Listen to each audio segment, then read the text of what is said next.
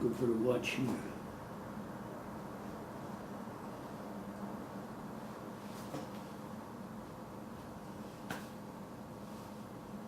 Okay. Since 1970, you have invited me each year to report to you on the problems and progress of the judicial branch, and I welcome this opportunity to meet with you again. In the past, I have made this report at the annual meeting in August, but this was not possible last summer. One good thing, however, of meeting with a smaller group at the midwinter meeting in February, rather than much larger group in August, is that the problems that require legislative action may be pursued by you with the Congress early in its first session rather than at its end. As the most representative organization and spokesman for the legal profession of our nation, you have played the major role on behalf of the lawyers and the courts before the public and the Congress of the United States. Many of the problems of the courts are closely related to the quality and competence of the lawyers and the judges and the standards of professional conduct that govern in the courts. The great increase in recent years in the demand for lawyers in the administration of criminal justice can be traced to several developments. Various enactments of Congress and decisions of the courts have sought to make more certain that justice will be administered in an even-handed way, and that there will be faithful compliance with the statutes and constitutional provisions for the protection of the rights of accused persons. These developments have occurred in a period of rising crime and of mounting public concern over crime.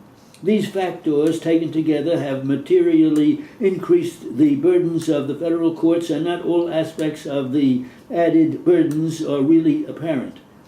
Even a casual review of the records, however, shows that the number of criminal cases in federal courts rose 25% between 1964 and 1974.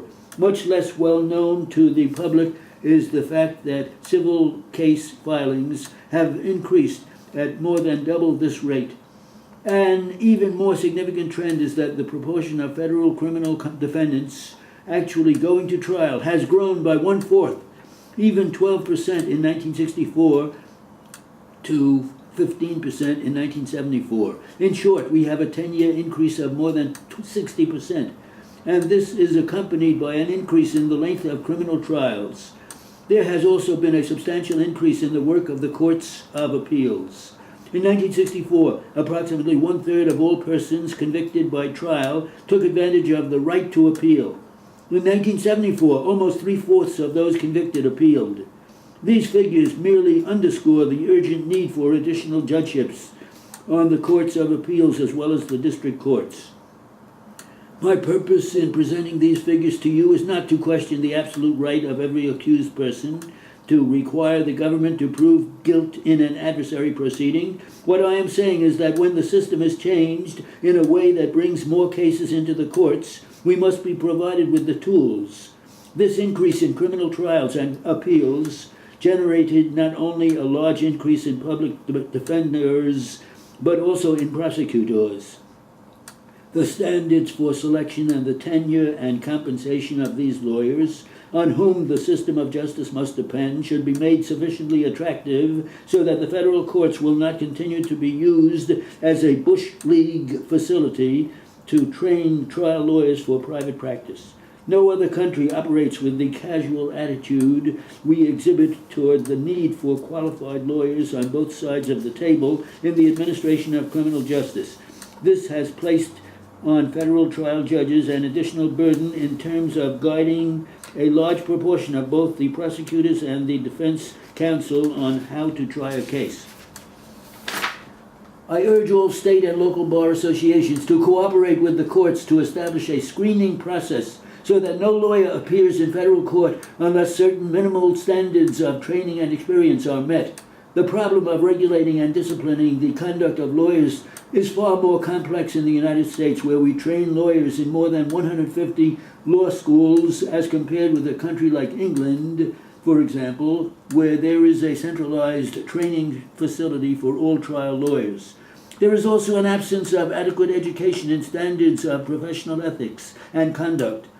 The problem is completed because of the task of convincing 150 law schools and more than 50 bar associations, to say nothing of more than 50 courts of last resort, to embark on a program of education and enforcement of the professional standards this association has announced.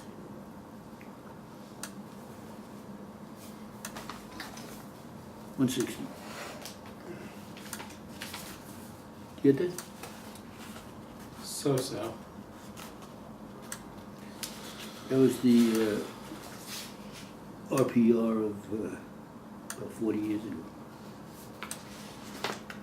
Now, is that about 160? That was 160 on the dot.